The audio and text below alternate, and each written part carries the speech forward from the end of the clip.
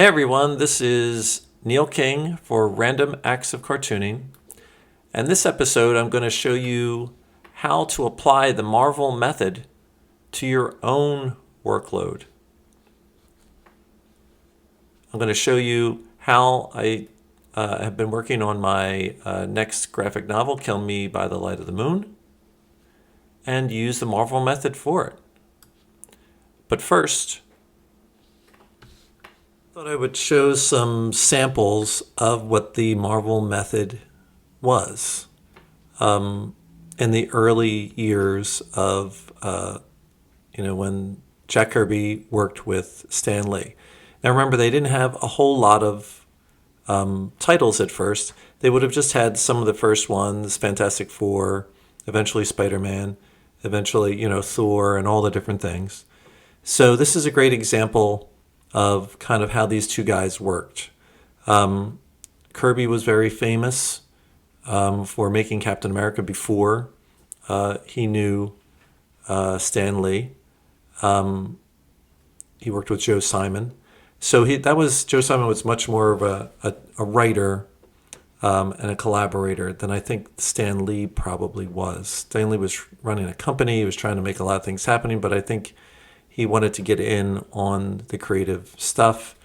And he's written plenty of things. He worked with monster books and things, but Kirby had just been working for so many years doing these kind of things. So this is an example of what the Marvel method is. Stan Lee apparently would, at the beginning, I'm sure, maybe even write out a paragraph or have a meeting with Jack Kirby and say, hey, we're going to have this battle or something, or we need a character and I have a name for a character and I think you should put him in against the Fantastic Four, and why don't we draw something like that up? And that would leave Kirby to go back to a studio and pump out a story with action and all different things. Now remember, I always tell people when I look at these kind of books, these are really for children. People started reading them more and more as they were adults because I feel like there's a nostalgia, but these were supposed to be most of the time one story books, and each story they would have a new villain and they would go on. But Fantastic Four, Kirby started making longer form books, and they would carry through from comic to comic. And so he had a lot of ideas, and he was just, this guy who, his greatest time of, his powers was working with Stan Lee. So this is a great example of what the pages would look like. He would come up with, the titles and whatever it would possibly be, I suppose, and he would write these notes eventually. I think at first what he would have done is he would have even put some balloons in and saying, hey, this person says this or this says that. The Thing talks to Johnny and Johnny says this. And maybe even pencil everything first and then go into the offices and then tell Stan Lee, and Stan Lee would write in the borders all the things that Kirby was telling him about the story. So this text would have been an early version's Stan Lee's handwriting, so that he could go in and just write the dialogue inside there.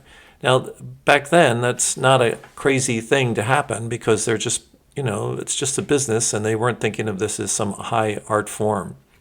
So this is the world that Kirby was used to, and he just wanted to make the comics, and I'm sure make more money. And so he was probably working on 3 and 4 books a month. So that's 22 to 24 pages per title per month. It's an incredible amount of work. So, but this sample, you see, this is Kirby's handwriting.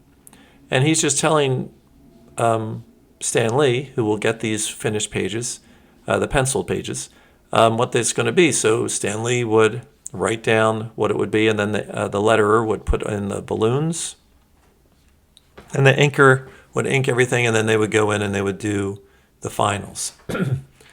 Here's another sample of, these are just like the marker part, like they would do an image of it and they would show how the colors would be and everything.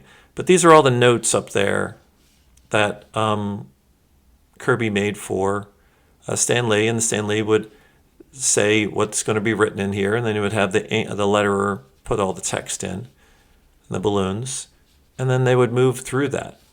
There are other great, like here's another great example. Thor. Here's all the lettering. I don't know how well you can see these, but all of this kind of stuff, he's just trying to move, and they would even chop some of these things off so you don't see all of it. I don't know how well you can see that there's text everywhere for Stan Lee to just be able to write. And Stan Lee would, always say to people, like, I could write 6 books in a week. It's just because someone else had done all of the work. And he would just read it and say, hey, I'll put this text in. And some of the text wasn't that great, but these are for children, and children, really enjoyed them. And there's a lot of, like, to me, I read some of the reprints of these when I was growing up. This is from Wally Wood, who was this great illustrator and creator. And this is just exactly what he would have done. All of these things he's breaking down this entire story, puts some text in, does all these things. And then letterer would come in, inker would come through it, finish all these up, put all the things in, and then Stan Lee would take credit for writing that book. So as long as you understand, like, that's what happened. And as time went on, there were true writers eventually that would write a whole script, and then a penciler would do the work. But it held on into the 70s. This Marvel method.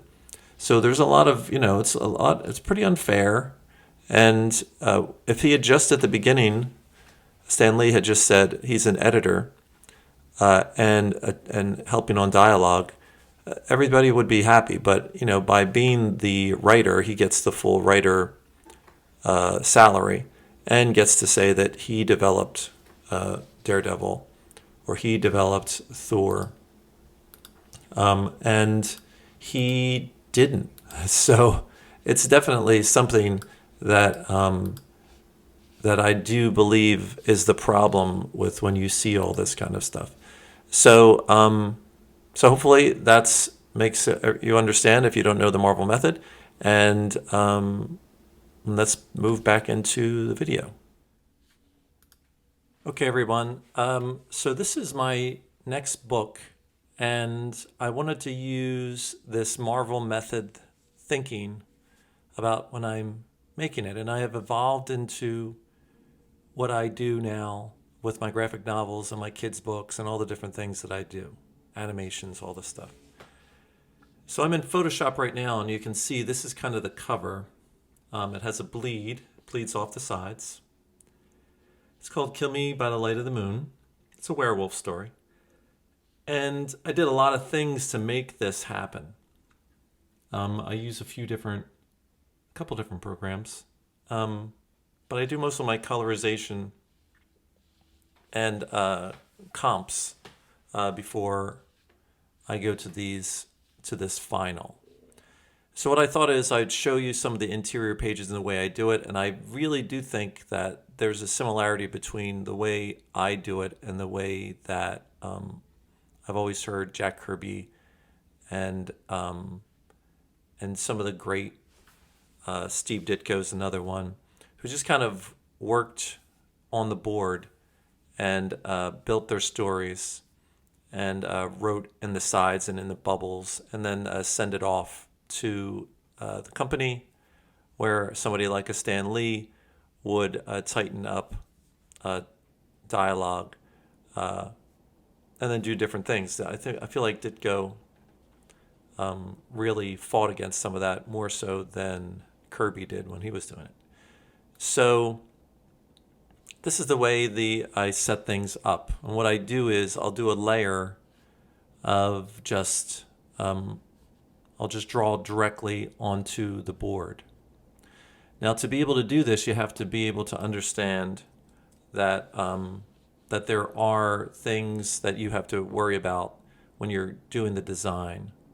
So what I've done is I've made a little border, knowing that none of the text or important stuff like that I really need to be 100% see is within this border.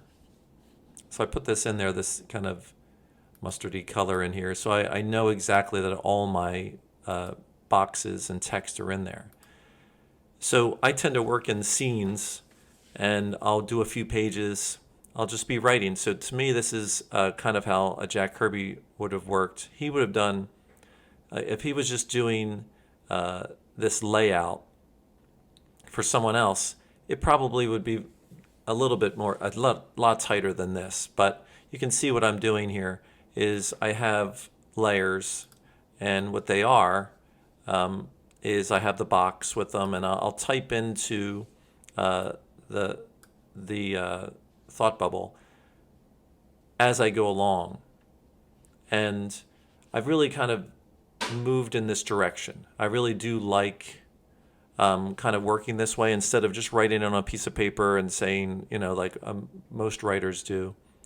I like kind of working like this and editing as I go through. So it's kind of a stream of consciousness for the first few pages and things. So even for something like this that I know is a double spread, I would have drawn this out just to get the feeling of what this character is going to look like, this character transforming.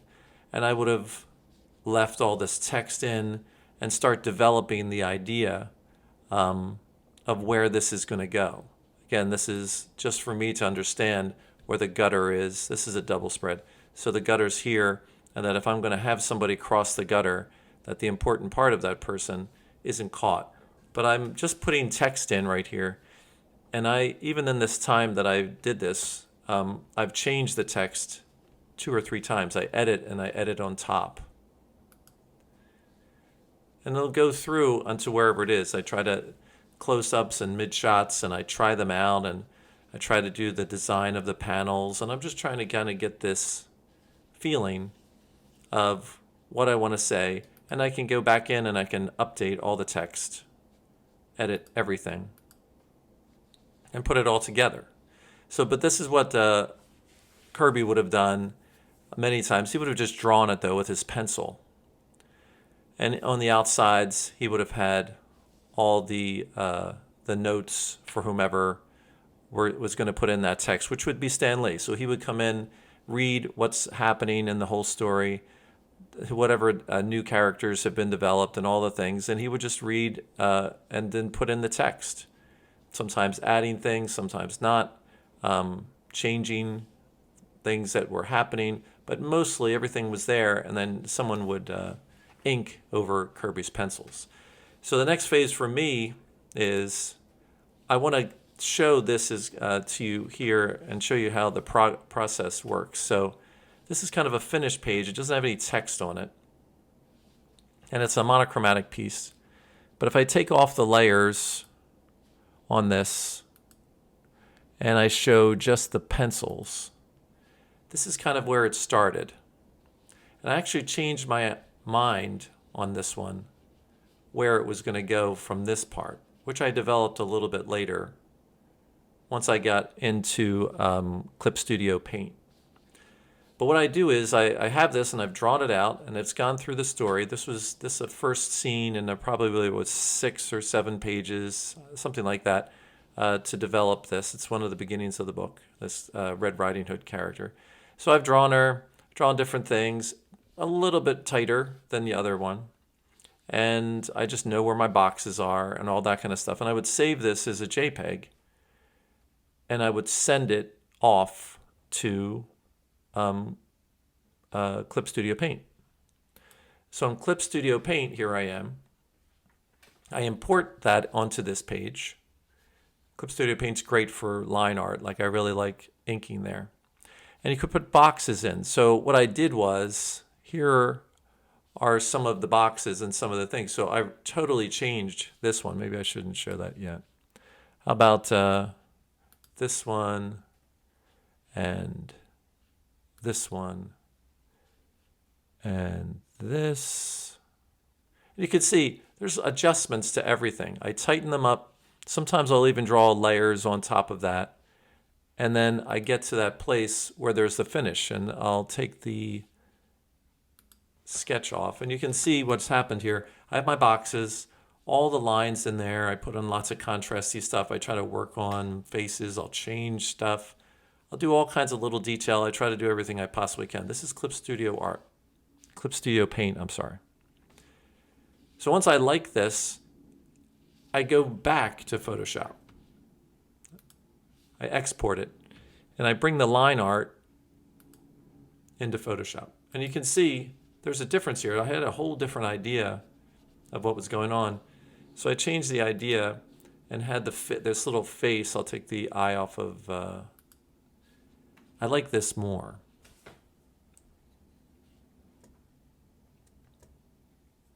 So he's kind of looking at her, a little more dynamic. I put some simple foliage in, a little more graphic. And this is what the page looks like. So now this part of the book is a monochromatic, so I just have reds. So here are those, and another layer. I just came in and I picked 3 variations off of that red, light, medium, dark. And this is kind of what the page looks like. So again, like, this is how I think of the Marvel method. Instead of the Marvel method would have needed a few very skilled people to draw all of the information and plot the whole story, do all those things, even figure out characters and what they look like and all the different things and scenarios and everything. And it would be sent back to, to Stan Lee, who at the beginning, they didn't have as many titles. So he would just do all the dialogue on top. But he really depended on Ditko and Kirby to do all of the heavy lifting, which was basically creating the entire universe. And he would just put the dialogue on.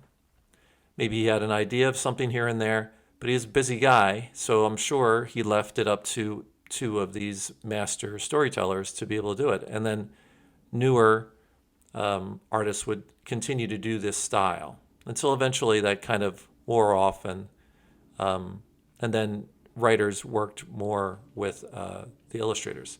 So, hey everyone, as always, I always remind everyone that I am a working cartoonist. So the whole point of doing my episodes is to get everybody to go to my Amazon store and buy a bunch of the books that I make. So I have all kinds of different types of books, whether it's for all ages, like Who Stole All the Heads at the Met, and all kinds of books like this, Snowmen in the Springtime, fun contemplation of what would happen if snowmen survived into the spring. And then these are some older ones that I really think a lot of kids would like. Monsters in the Box. There's 4 different books that are collected in here. You get all this on Amazon. I have all the links in the episode. And as always, I'm here doing my sketches. I do conventions and everything, and I do all kinds of commissions. So these are the kinds of pieces that I do. So always contact me about that, or look for me at some of the local conventions that you're involved in. But make sure you're liking and subscribing. These are just great possibilities. Here's another page. And once you're in Photoshop like this, what I like to do is I like to think about different ways to do something. And this story, I'm going to have complementary colors. I just have a specific palette that I'm using. So I tried out this, and I prefer kind of this look to it. So the green wasn't in this one. And this is another page from it. This is that famous Ecstasy of Teresa image. But keeping that, the greens, and this is my color schemes over here that I'm using. I don't know how well you see it. But it's over on this side so that I can come in and get interesting looks for all of these scenes. And I can just play around with the color, and if I like it or I don't like it, and I've tried lots of different things. You can see if I put that, I kind of have to decide which one I prefer. Especially on a limited palette like this. So that's the way I do it. And as you can imagine, there's a lot of thought that goes into all these things. You want to create a mood, you want to do all this stuff. But the Marvel method works if you have collaborators. Like, for what should have happened with Kirby is he should have just been given all of the attention where he's creating the universe, and that Stan would work with him and act as an editor or somebody who would help as a co-dialoguer, so that he would help him in places where he needed, because Stan had certain things that he did well, but he wound up kind of taking a lot more of the credit than he should have in the end.